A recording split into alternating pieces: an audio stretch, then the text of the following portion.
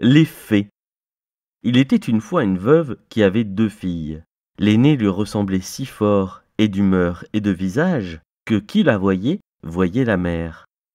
Elles étaient toutes deux si désagréables et si orgueilleuses qu'on ne pouvait vivre avec elles.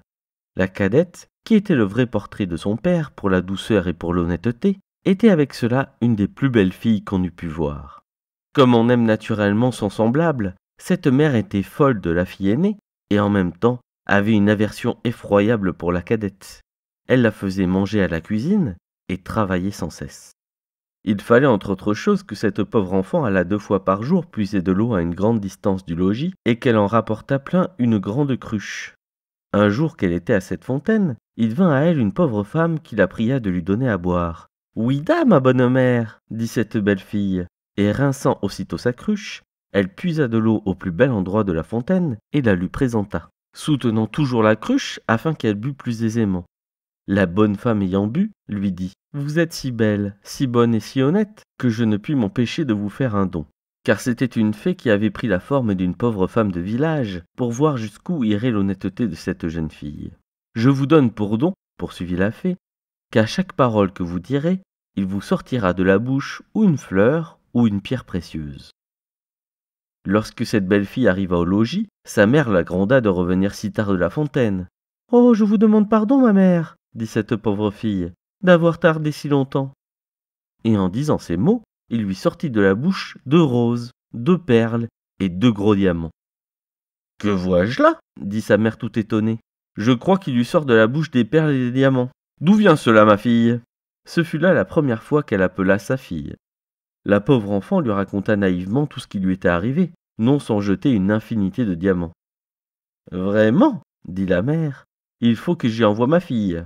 Tenez, Fanchon, voyez ce qui sort de la bouche de votre sœur quand elle parle. Ne seriez-vous pas bien aise d'avoir le même don?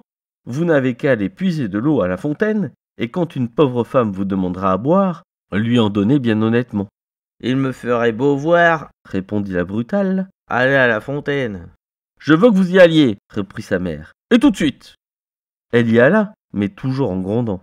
Elle prit le plus beau flacon d'argent qui fut dans le logis. Elle ne fut pas plus tôt arrivée à la fontaine qu'elle vit sortir du bois une dame magnifiquement vêtue qui vint lui demander à boire. C'était la même fée qui avait apparu à sa sœur, mais qui avait pris l'air et les habits d'une princesse pour voir jusqu'où irait la malhonnêteté de cette fille.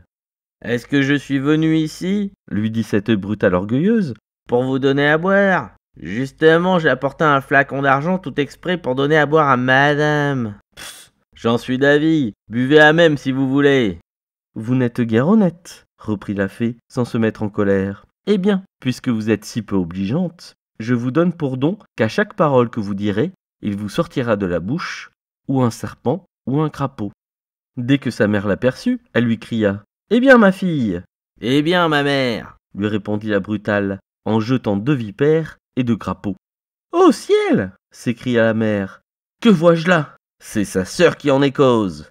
Elle me le paiera !» Et aussitôt, elle courut pour l'abattre.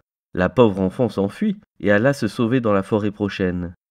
Le fils du roi qui revenait de la chasse la rencontra et la voyant si belle, lui demanda ce qu'elle faisait là toute seule et ce qu'elle avait à pleurer. « Hélas, monsieur, c'est ma mère qui m'a chassée du logis. » Le fils du roi, qui vit sortir de sa bouche 5 ou 6 perles et autant de diamants, la pria de lui dire d'où cela lui venait. Elle lui conta toute son aventure. Le fils du roi en devint amoureux, et considérant qu'un tel don valait mieux que tout ce qu'on pouvait demander en mariage à une autre, l'emmena au palais du roi son père, où il l'épousa. Pour sa sœur, elle se fit tant haïr que sa propre mère la chassa de chez elle. Et la malheureuse, après avoir bien couru sans trouver personne qui voulût la recevoir, alla mourir au coin d'un bois. Et le conte est bon.